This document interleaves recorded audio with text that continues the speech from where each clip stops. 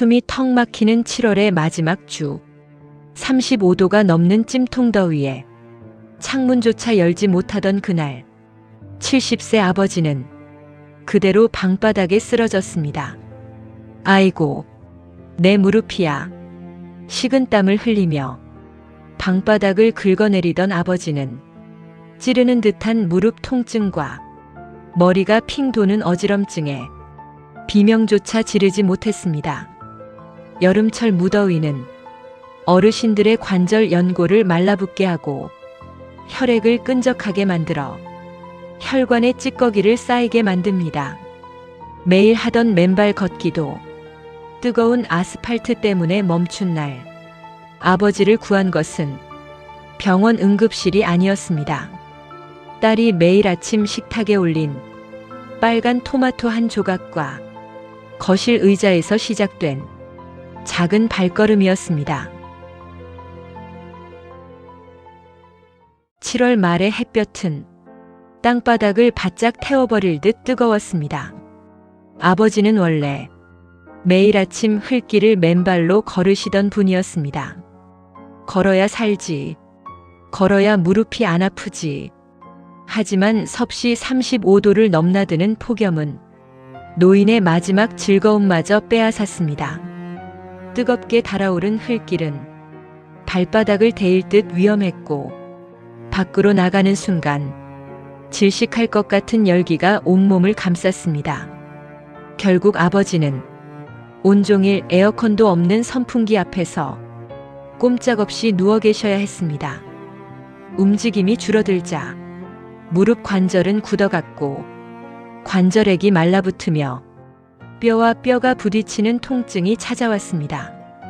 게다가 땀으로 수분이 빠져나가자 혈액은 엿가락처럼 끈적해졌습니다. 아버지, 약은 드셨어요? 주말을 맞아 내려온 딸의 물음에 아버지는 슬그머니 약봉지를 이불 밑으로 숨겼습니다. 소화가 안 된다며 물에 말아 드신 찬밥 몇 숟가락이 오늘 식사의 전부였습니다. 딸 은지 씨는 아버지의 이불 밑에서 수북이 쌓인 약봉지와 낡은 일기장을 발견했습니다. 일기장 밑바닥에는 불안하게 흔들린 글씨가 적혀 있었습니다. 무릎이 너무 아프다. 머리가 어지러운데 자식들한테 말을 못하겠다. 내가 이대로 굳어버리면 어쩌나. 그것은 단순한 더위가 아니었습니다. 혈관 속에 차곡차곡 쌓인 찌꺼기들이 뇌와 심장으로 가는 길을 막고 있었고, 굳어버린 무릎 관절은 아버지를 방 안에 가두는 감옥이 되었습니다. 더 큰 문제는 여름철 잘못된 식습관이었습니다. 입맛이 없다고 드신 오이냉국과 찬물은 위장 기능을 떨어뜨렸고, 단백질 부족으로 허벅지 근육은 빠르게 빠져나갔습니다. 근육이 사라진 무릎은 체중을 견디지 못하고 매일 비명을 질렀습니다. 딸은 낡은 선풍기 바람 아래서 골골거리며 신음하는 아버지의 발을 잡고 끝내 눈물을 터뜨렸습니다. 평생 자식 위해 일하던 아버지의 발은 가뭄 탄 논바닥처럼 갈라져 있었습니다. 이대로 둘 수는 없다. 딸 은지 씨는 눈물을 닦고 냉장고 문을 열었습니다. 밖에서 걸을 수 없다면 집안에서 무릎을 살려야 했고, 약으로 때우는 대신 식탁 위에서 혈관을 청소해야 했습니다. 은지 씨는 즉시 아침마다 하던 독한 음식을 치웠습니다. 그리고 마트로 달려가 여름철 혈관과 무릎을 살릴 기적의 재료들을 사왔습니다. 빨갛게 익은 토마토와 고소한 들깨가루, 그리고 엑스트라 버진 올리브유였습니다. 아버지, 오늘부터 저랑 연습 하나 해요. 딸은 아버지를 거실 의자에 앉혔습니다. 더위 때문에 밖으로 나가지 못해도 집안에서 무릎 관절을 살리는 비밀의 운동이 시작되는 순간이었습니다. 딸은 가장 먼저 아침 식단부터 완전히 바꿨습니다.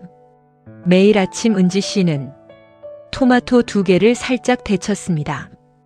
껍질을 벗겨낸 따뜻한 토마토에 엑스트라 버진 올리브유 1숟가락을 둘렀습니다.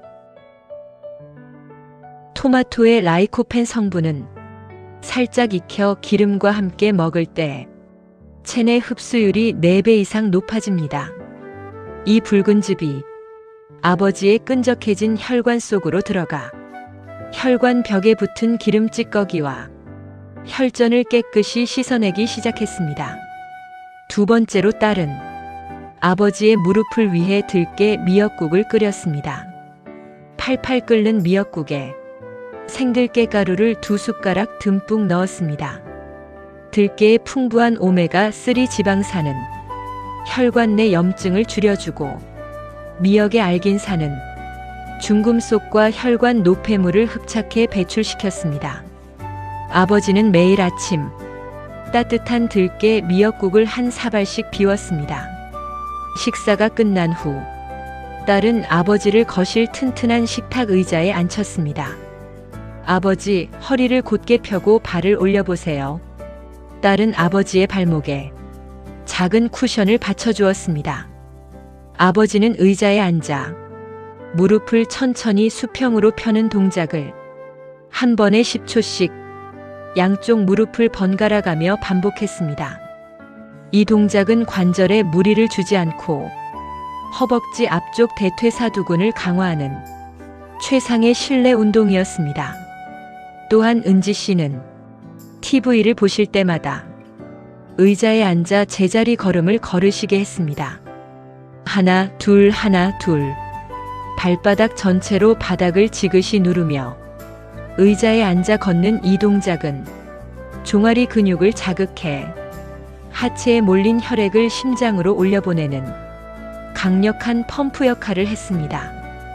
더운 야외에서 맨발 걷기를 하지 않아도 거실 의자 위에서 혈액순환이 폭포수처럼 일어나기 시작했습니다.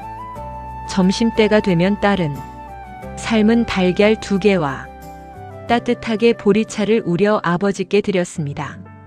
찬물 대신 따뜻한 보리차는 위장을 보호하고 달걀의 질 좋은 단백질은 빠져나가던 허벅지 근육을 채웠습니다.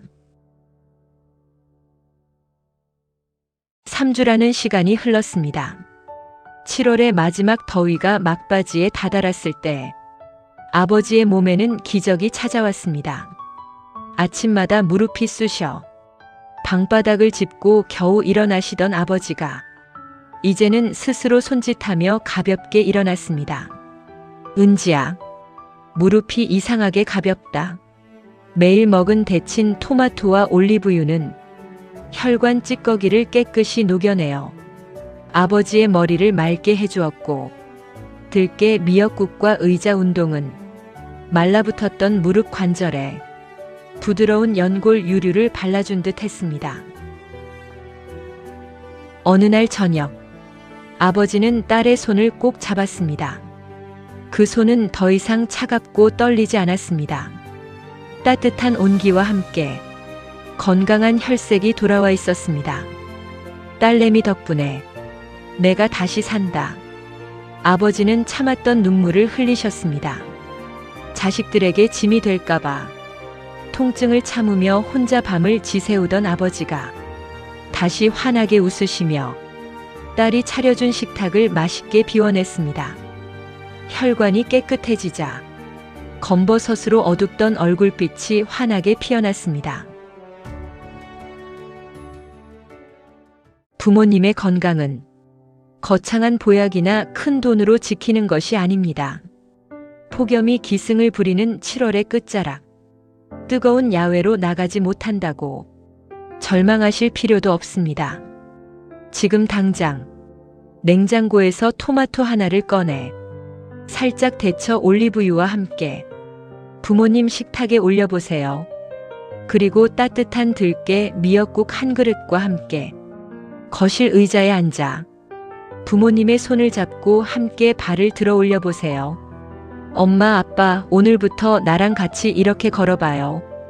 당신의 그 작은 관심과 따뜻한 말 한마디가 부모님의 막힌 혈관을 뚫어주고 굳어버린 무릎을 다정하게 일으켜 세울 것입니다. 오늘 저녁 사랑하는 부모님께 전화 한 통 드려보는 건 어떨까요?